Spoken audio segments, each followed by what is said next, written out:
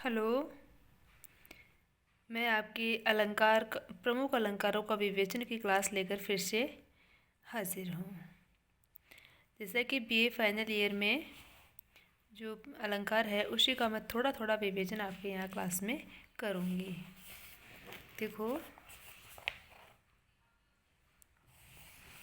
आपके सबसे पहला अलंकार है उसमें अनुप्रास अलंकार। आपके एग्जाम में प्रश्न आता है कि जो अनुप्रास अलंकार है उसको समझाइए या अनुप्रास अलंकार की परिभाषा दीजिए या अनुप्रास अलंकारों के भेद लिखिए। ठीक है, तो देखो अपन आज अनुप्रास अलंकार देखते हैं। तो अनुप्रास अलंकार के सबसे पहले परिभाषा देखते हैं। मैंने आपको कक्षा में सिर्फ इतना ही बताया है क्या कि अनु यानी जो है वर्ण और प्रास यानी बार बार। देखो, इसका विस्तृत अर्थ होता है अनुप्रास अलंकार हिंदी शब्दकोश में क्या कहा गया है? अनु शब्द का अर्थ कहा गया है हिंदी शब्दकोश में यानी वर्णनीय रस के अनुकूल। देखो, अनु यानी वैसे तो अपन देखते हैं ये अनुकरण के अर्थ में लेते हैं, अनुकूल के अर्थ में लेते हैं, है ना। तो देखो, अपन अनुकरण भी किसी का करते हैं जो अपने को अच्छा लगता है, अपने जो अनुकूल होता है उसी का तो अपन अनुकरण करते हैं। ठीक है ना। इसी प्रकार यहाँ देखो, अनुकूल अनुकरण एक ही अर्थ में अपन जैसे पर्यायवाची से न प्रतीत होते हैं। तो यहाँ पर अपन देखते हैं अनु शब्द का अर्थ क्या बता रहा है हिंदी शब्दकोश में। अनु वर्णनीय रस के अनुकूल, कि ऐसा वर्णन जो रस के अनुकूल हो। ठीक है। प्र का अर्थ बता रहा है निकटता, पास में। आस का अर्थ हो रहा है बार बार रखा जाना। देखो, अपन ने परिभाषा तो खूब देखी है। वर्ण की आवृत्ति होती है, बार बार होती है। एक वर्ण की जो एक बार आवृत्ति होती है तो 6 का अनुप्रास होता है। 2 से अधिक बार आती है वृत्यानुप्रास होता है, श्रुत्यानुप्रास। सब जो जितने भी अलंकार है वो अपन ने मोस्टली देख लिए हैं। लेकिन जैसा कि आप एग्जाम में आ जाए कि अनुप्रास अलंकार को समझाइए या अनुप्रास अलंकार की परिभाषा दीजिए, अनुप्रास अलंकार की भेद लिखिए, तो आपकी परीक्षा के स्तर की ये वीडियो बनाई गई है। अब देखो, पहले अनुप्रास अलंकार की परिभाषा है हिंदी शब्दकोश में अनु का अर्थ लिया गया है वर्णनीय रस के अनुकूल, प्र का अर्थ लिया गया है प्रकर्ष या निकटता, और आस का अर्थ लिया गया है बार बार रखा जाना। अर्थात इसका सारा अर्थ क्या हो जाता है? वर्णनीय रस की अनुकूलता के अनुसार वर्णों का बार बार और पास पास प्रयोग होना अनुप्रास अलंकार कहलाता है। ठीक है, वो अनुप्रास अलंकार कहलाता है। उदाहरण देखते हैं। वैसे देखो, आप अनुप्रास अलंकार की पहचान तो आप कर ही लोगे। मैंने आपको ये जो हिंदी शब्दकोश के अनुसार इसकी परिभाषा है वो परिभाषा बताई है। ठीक है। वैसे सामान्य सी परिभाषा अगर आप देखो एग्जाम में लेके आते हो कि एक ही वर्ण की बार बार आवृत्ति होती है तो उसे अनुप्रास अलंकार कहते हैं। बेटा, ये तो आपने 10वीं क्लास में भी पढ़ ली, 11वीं में भी पढ़ ली, 12वीं में भी पढ़ ली, बीए फर्स्ट ईयर में भी ही पढ़ते आ रहे हो। आप बीए के अंतिम वर्ष में हो। ठीक है ना। तो आपका जो लेवल है कक्षा का उसी के अनुसार आपको इसकी परिभाषा लिखनी है। ठीक है। देखो, उदाहरण, कल कल कोमल कुसुम कुंज पर मधु बरसाने वाली कौन। कल कल, देखो वैसे तो देखो शब्द की आवृत्ति हो रही है ना, लेकिन कोमल कुसुम कुंज यहाँ तक देखो, कल कल से लेकर कल कल कोमल कुसुम कुंज एक ही वर्ण की आवृत्ति हो रही है। कौन से वर्ण की आवृत्ति हो रही है? कै वर्ण की आवृत्ति हो रही है। ठीक है ना। पर मधु बरसाने वाली कौन, मधुरता शहद बरसाने वाली कौन है? भगवान भागे दुख जनता देश की फूले फले। अब देखो, भगवान, हे भगवान दुख भागे तो देश की जनता फूले फले प्रसन्नचित्त रहे। अब यहाँ देखो दिखने में तो अपने को समान से शब्द है, ये समान शब्द नहीं है बेटा, शब्द अलग अलग है, वर्णों की आवृत्ति है। ठीक है ना। बिल्कुल शब्द अलग अलग है, एक शब्द नहीं है। ये शब्द वह होता है जिसका अर्थ होता है। तो देखो, ठीक है ना, ये वर्णों की आवृत्ति है, शब्दों की आवृत्ति नहीं है। फिर आगे देखो, भरत भारती मंजू कराली। अब आप इसका अर्थ अपने हिसाब से देख लेना। ठीक है। जो आपको उदाहरण अच्छा लगे वो आप याद कर लेना। अब देखो, अनुप्रास अलंकार के भेद आपके एग्जाम में आ जाते हैं। कई बार ही अनुप्रास अलंकार के भेद आ गए हैं और आ भी जाते हैं। देखो, आचार्य विश्वनाथ के अनुसार अनुप्रास अलंकार के 5 भेदों का उल्लेख है। छेकानुप्रास, वृत्यानुप्रास, श्रुत्यानुप्रास, अंत्यानुप्रास, लाटानुप्रास। मैंने इसको विस्तृत रूप से आपको क्लास में बता दिया है। चार्ट बना के बता दिया था, फिर भी आप एक बार और देख लो। देखो, छेकानुप्रास, अनु का अर्थ हो गया जो वर्णनीय रस के अनुकूल, प्रास प्र यानी पास में, पास यानी बार बार आना। अब छेका यानी एक ही छेक देकर, एक ही जो है बीच में एक ही छेका देकर, छेका अर्थात एक ही रिक्त स्थान देकर। अब एक ही रिक्त स्थान देंगे तो एक ही वर्ण की आवृत्ति होगी, उसकी दोबारा आवृत्ति नहीं होगी। आवृत्ति शब्द का अर्थ होता है दोबारा, ठीक है ना। तो एक ही वर्ण की एक बार आवृत्ति, यानी उदाहरण देखो, इस करुणा कलित हृदय में, ये एक वर्ण है और उसकी एक ही बार आवृत्ति, आवृत्ति यानी दोबारा। अब ये एक वर्ण दोबारा आ गया, ठीक है ना। एक ही वर्ण की एक ही बार आवृत्ति कौन से अलंकार में होती है? छेकानुप्रास में, अर्थात एक वर्ण केवल 2 बार आया है। ध्यान देने की बात है बेटा, एक वर्ण केवल 2 बार आया है और एक वर्ण की एक ही बार आवृत्ति होती है, ठीक है।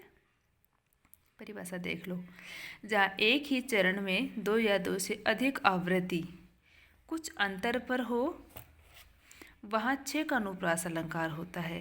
ध्यान, अभी मैं समझा दूंगी, ये जो आया है वो सारा, जहाँ एक ही चरण में 2 या 2 से अधिक आवृत्ति, अब देखो भैया 2 हो गया ना इसमें आवृत्ति, ठीक है ना, वर्ण एक ही आया है, 2 या 2 से अधिक आवृत्ति कुछ अंतर पर हो, छेकानुप्रास अलंकार है। इन वर्णों का प्रयोग आदि, मध्य, अंत में कहीं भी हो सकता है, ठीक है ना, बीच में, पहले, कहीं भी हो सकता है। वर्ण अनेक की एक की आवृत्ति एक बार आ गया ना। ये देखो जो मैंने आपको परिभाषा बताई है वो देखो, वर्ण अनेक की एक की आवृत्ति एक बार, एक ही वर्ण की एक बार आवृत्ति होती है। सो छेकानुप्रास है आदि अंत निर्धार, चाहे आदि में आए, प्रारंभ में आए, चाहे अंत में आए, चाहे बीच में आए। इस करुणा कलित हृदय में क्यों विकल रागिनी बजती है। अब देखो यहाँ पर तो शब्द के प्रारंभ में आ रहा है, प्रारंभ में, और यहाँ पर ये क है प्रारंभ में और यह बीच में आ रहा है, ठीक है ना। यहाँ क है शब्द के प्रारंभ में और यहाँ शब्द के बीच में, यानी आदि यानी प्रारंभ हो गया और ये विकल मध्य में हो गया। चाहे आदि या मध्य में या अंत में कहीं पे भी है, लेकिन वर्ण की आवृत्ति होनी चाहिए। वहाँ कौन सा अलंकार हो जाता है? छेकानुप्रास अलंकार हो जाता है, ठीक। कानन कठिन भयंकर भारी घोर घाम हेरी, हिमवारी बयारी अति आनंद मगन महतारी। अति आनंद ए मगन महतारी मैं, छेकानुप्रास अलंकार है। ये देखो इसमें दे रखा है क और क वर्ण की आवृत्ति होती है, इसमें घ और व वर्ण की आवृत्ति होती है, और मैं वर्ण की आवृत्ति होती है। और आप देख लेना, इसमें और उदाहरण देख लेना ताकि आपको अच्छे से याद हो जाए। ये BA फर्स्ट ईयर वाले भी देख लेना, BA सेकंड ईयर वाले भी देख लेना, जो अलंकार आप लोग लिखते हो वो है। वृत्यानुप्रास, जहाँ एक या एक से अधिक वर्ण की क्रमानुसार आवृत्ति हो, वहाँ वृत्यानुप्रास अलंकार होता है। अब यहाँ देखो बेटा, अब इनमें अंतर देखो, वृत्यानुप्रास में क्या दे दिया कि वर्ण की क्रमानुसार, क्रम से ही उसकी आवृत्ति होनी चाहिए, लेकिन इसने तो क्या कह दिया कि चाहे आदि में आए, चाहे मध्य में आए, चाहे अंत में आए, है ना, क्रम होना आवश्यक नहीं। देखो इसमें भी है ना, क्यों विकल, अब यहाँ क्रम थोड़ी है, यह शब्द के पहली बार आ गया और यहाँ शब्द के बीच में आ गया, तो क्रम आवश्यक नहीं है। यानी छेकानुप्रास जो अलंकार में क्या होता है कि वर्ण की एक ही बार आवृत्ति होती है और उसका क्रम आवश्यक नहीं हो, चाहे पंक्ति में कहीं पे भी है ना अलंकार जो है वर्ण की आवृत्ति हो जाए, वहाँ कौन सा अलंकार हो जाएगा? छेकानुप्रास। लेकिन वृत्यानुप्रास, जहाँ एक या एक से अधिक वर्ण की क्रमानुसार आवृत्ति हो, क्रम के अनुसार आवृत्ति हो, तो वहाँ वृत्यानुप्रास अलंकार होता है। ये वृत्तियाँ 3 प्रकार की होती है, कोमल, मधुरा और कठोरा। कोमलावृत्ति में टय वर्ग को छोड़कर अन्य व्यंजन आते हैं। अब देखो जहाँ टय वर्ग आ जाएगा वहाँ कौन सा क्या हो जाएगा? वीर, ओज। वीर, ओज क्या? रौद्र, वो क्या होते हैं? कठोर होते हैं, ठीक है। तो जहाँ प्रसाद, माधुर्य वो होता है, प्रसाद होता है, वहाँ कोमलावृत्ति, टय वर्ग को छोड़कर अन्य व्यंजन आते हैं। मधुरावृत्ति में ये प क वर्ग ये रलई की इनकी आवृत्ति होती है। कठोरावृत्ति में टय वर्ग के कठोर वर्णों की बार बार आवृत्ति होती है। उदाहरण देखो, रघुनंद, आनंद कंद, कौशल चंद दशरथ नंदन। देखो शब्द के अंत में आवृत्ति हो रही है, नंद।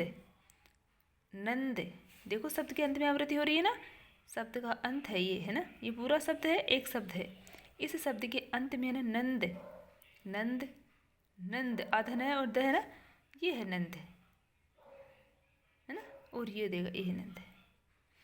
तो ये है ना इनकी जो वर्णों की आवृत्ति हो रही है ना, तो एक क्रम के आधार पर हो रही है। अच्छा ये नीचे आ गया ना, नंद वर्ण की मधुर वर्ण आवृत्ति हुई है और क्रम के अनुसार इनकी आवृत्ति हो रही है, ठीक है ना। तो वृत्यानुप्रास और छेकानुप्रास में एक अंतर तो ये भी हो गया क्या कि वृत्यानुप्रास में 2 या 2 से अधिक बार वर्णों की आवृत्ति होती है और छेकानुप्रास में केवल एक ही बार वर्ण की आवृत्ति होती है, ठीक है ना। एक दूसरा इसमें क्रम की आवश्यकता नहीं है छेकानुप्रास में, वृत्यानुप्रास में क्रम के अनुसार इसकी आवृत्ति होती है, ठीक है। भव्य भावों में भयानक भावना भरना नहीं। भव्य देखो शब्द के प्रारंभ में ही भय आ रहा है, बीच में भय नहीं आ रहा, ठीक है ना। तो शब्द के प्रारंभ में ही आ रहा है, तो ये क्या है, छेकानुप्रास है। कंकण किंकिन नुपुर धुनी सुनी, कहत लखन सन राम हृदय गुनी। अब देखो इसमें बेटा एक तो छेकानुप्रास भी है कंकन, और एक इसमें अंत्यानुप्रास भी है, अंत में है, ठीक है ना, अंत्यानुप्रास भी है। ये अब देखो कोमलावृत्ति, बतरस लालच लाल की मुरलीधरी लुकाई। कठोरावृत्ति, सब जाति फटी दुख की दुपटी, कपटी न रह सके जहाँ एक गठी। छेकानुप्रास की कोमलावृत्ति का प्रयोग हुआ है। सब कठोरावृत्ति अपने पढ़ाई था BSc की डेयर में, रीतिकाल में। केशवदास की पंक्ति है, ट ट वर्ण की आवृत्ति कर रहा है, वृत्यानुप्रास सरल और उसकी कठोरावृत्ति का इसमें प्रयोग हुआ है। अनुप्रास का तीसरा भेद है श्रुत्यानुप्रास, ये भी मैंने आपको कक्षा में बताया था। कैसा है, जब एक ही स्थान से उच्चारण होने वाले बहुत से वर्णों का प्रयोग किया जाता है तो श्रुत्यानुप्रास अलंकार का प्रयोग होता है। ध्यान रखना, मैंने आपको तय, दिन, दिनांत, दिन था, ये आ गया, हाँ, दीनांत था, थे दीनानाथ डूब दे, स धेनु आते ग्रह ग्वाल बाल थे। देखो तय वर्ण की, तय जो तय वर्ग है, तय वर्ग कौन सा, तय थे दे धे, वो जो एक लाइन है तय वर्ग के लाइन के सारे वर्णों का इसमें प्रयोग हुआ है। देखो दिनांत तय के बाद में तय, द, न, ये थे, ये सारे है ना तय वर्ग की लाइन में आते हैं सारे, तय वर्ग में है ना इन वर्णों का जो है प्रयोग होता है। तो एक ही लाइन के वर्णों का जहाँ प्रयोग होता है उस वहाँ कौन सा अलंकार होता है, श्रुत्यानुप्रास अलंकार होता है। इसी प्रकार देख लो, तुलसीदास सिद्धत निषिदिन देखत तुम्हारे निठुराही, दंत्य वर्ण है, वही तय वर्ग इसमें प्रयोग हुआ है और वही तय वर्ग इसमें प्रयोग हुआ है। तो इनमें क्या हो जाएगा, श्रुत्यानुप्रास। जब एक ही स्थान से उच्चारण होने वाले बहुत से वर्णों का प्रयोग किया जाए वहाँ श्रुत्यानुप्रास अलंकार है। कक्षा में बता दिया गया था, और भी उदाहरण देख लो आप, जैसे आपको लगे। जाहि जन पर ममता अति छोहू, जे ही करुणा करी कीन्ह ने कोहू। जाहि जन पर ममता अति छोहू, जे ही करुणा करी कीन्ह ने कोहू। ये श्रुत्यानुप्रास की उदाहरण है और क वर्ण कंठ में जो है, इसमें देखो है और क कहाँ उच्चारण होता है उनका, कंठ में। जहाँ क वर्ण का उच्चारण कंठ में होता है वहीं है का भी उच्चारण कंठ में होता है ना। तो है, ये है, ये है, ये है, क ये है ना एक ही बार, तो इनका उच्चारण होता है। तो यहाँ पर श्रुत्यानुप्रास अलंकार हो जाएगा। और आप देख लेना इसमें, ये प्रिय प्रवास का उदाहरण है। अंत्यानुप्रास ये भी समझाया हुआ है, जहाँ किसी पंक्ति के अंत में एक जैसे स्वर या व्यंजन आते हो तो वहाँ अंत्यानुप्रास अलंकार होता है। अर्थात तुकांत कविता के अंतिम वर्ण धीरज धर्म मित्र अरु नारी, आपत्ति काल परखिए जारी। यहाँ तुलसीदास जब श्री राम के बाण लगता है तो लक्ष्मण के अपने भाई के वियोग में कहते हैं कि हे मेरे भाई, धीरज धर्म मित्र अरु नारी, धैर्य धर्म मित्र और नारी को आपत्ति काल में ही उनकी परख होती है। उन चारों के लिए तुलसीदास का कथन है रामचरितमानस में, ठीक है। तो ये अंतिम में जो है वर्ण की आवृत्ति हो रही है, तो इसमें अंत्यानुप्रास अलंकार हो जाएगा। इसमें देखो सांप, आप, चिल्लाई, माई, ई, तो ये सब अंत्यानुप्रास अलंकार के उदाहरण है। वे ताल में, ठीक। ठीक है। लाटानुप्रास, ये ध्यान देने की बात है, अपने क्लास में भी पढ़ा था तो शायद आपको क्लास में भी समझ में नहीं आया था। अब यहाँ देख लो आप कक्षा में, लाटानुप्रास जब किसी वाक्य या वाक्यांश की दो या दो से अधिक बार आवृत्ति हो। बेटा देखो अपन ने यहाँ क्या पढ़ा था, श्रुत्यानुप्रास में किसी पंक्ति में स्वर या व्यंजन, अब स्वर या व्यंजन क्या है, वर्ण, वर्ण है ना, यानी श्रुत्यानुप्रास, छेकानुप्रास, वृत्यानुप्रास, उनमें सभी में अपन ने क्या देखा, केवल वर्ण की आवृत्ति, क्या देखा था अपन ने, केवल वर्ण की आवृत्ति। और लाटानुप्रास में ध्यान देने की बात यह है कि लाटानुप्रास में है ना शब्द की आवृत्ति, या तो वाक्य या वाक्यांश की दो या दो से अधिक बार आवृत्ति होती है, वाक्यांश यानी शब्द। तो लाटानुप्रास में बड़ा शब्दों की आवृत्ति होती है, सबसे पहले तो ध्यान देने की बात यही है, ठीक है ना। लाटानुप्रास में शब्द की आवृत्ति होती है, दो या दो से अधिक बार आवृत्ति हो, परंतु अनव्य प्रत्येक बार भिन्न हो शब्दों का क्रम, अथवा एक ही शब्द दो बार आया हो किंतु उस शब्द के अर्थ में कोई अंतर नहीं पड़ता हो, तो वहाँ लाटानुप्रास अलंकार होता है।